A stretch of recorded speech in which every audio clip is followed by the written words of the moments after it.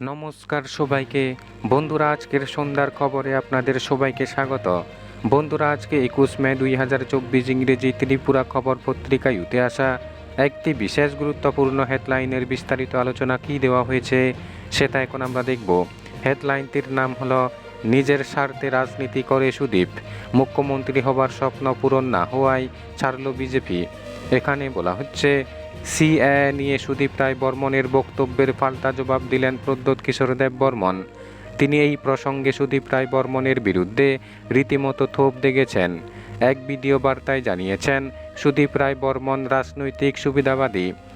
সুদীপ নিজের স্বার্থে রাজনীতি করছেন, আর তার জন্যই কংগ্রেস ছেড়ে তৃণমূল কংগ্রেসে যোগ দিয়ে মমতা বন্দ্যোপাধ্যায়ের জয় জয়কার করেছেন।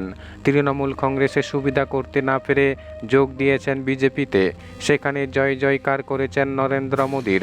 বিজেপিতে যোগ দিয়ে 2018 সালে সিপিএমের বিরুদ্ধে লড়াই করে সরকার গঠন করেছেন। সরকার গঠন করার পর মুখ্যমন্ত্রী হতে না পেরে শুরু করেন ষড়যন্ত্র।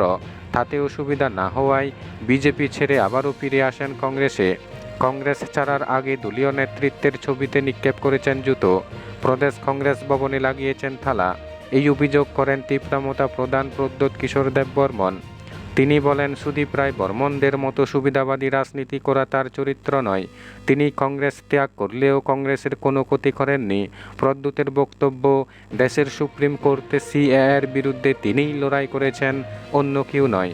তিনি জানান, ত্রিপুরা উপজাতি এলাকা স্বশাসিত জেলা পরিষদ তথা এডিসিতে সিএএ কার্যকর করতে দেওয়া হবে না। এডিসির বাইরে রাজ্যের যেসব এলাকায় বহুল সংখ্যক উপজাতি রয়েছে সেই এলাকাতে এই আইন বলবৎ করতে দেওয়া হবে না বলে জানান তিনি আরও জানান যে উপজাতিদের জমির অধিকার নিশ্চিত করা হবে। এই নিয়ে দেশের কেন্দ্রীয় সরকারের সঙ্গে চুক্তি সম্পাদন করেছে তীব্রমতা। এই চুক্তি বিজেপির সঙ্গে নয়, হয়েছে কেন্দ্রীয় সরকারের সঙ্গে। উপজাতিদের উন্নয়নে তীব্রমতা আপ্রাণ লড়াই চালিয়ে যাবে বলে জানান প্রদ্যোৎ। তিনি বলেন, উপজাতিদের স্বার্থ যেখানে সেখানেই তীব্রমতা দাঁড়িয়ে যাবে, করবে লড়াই।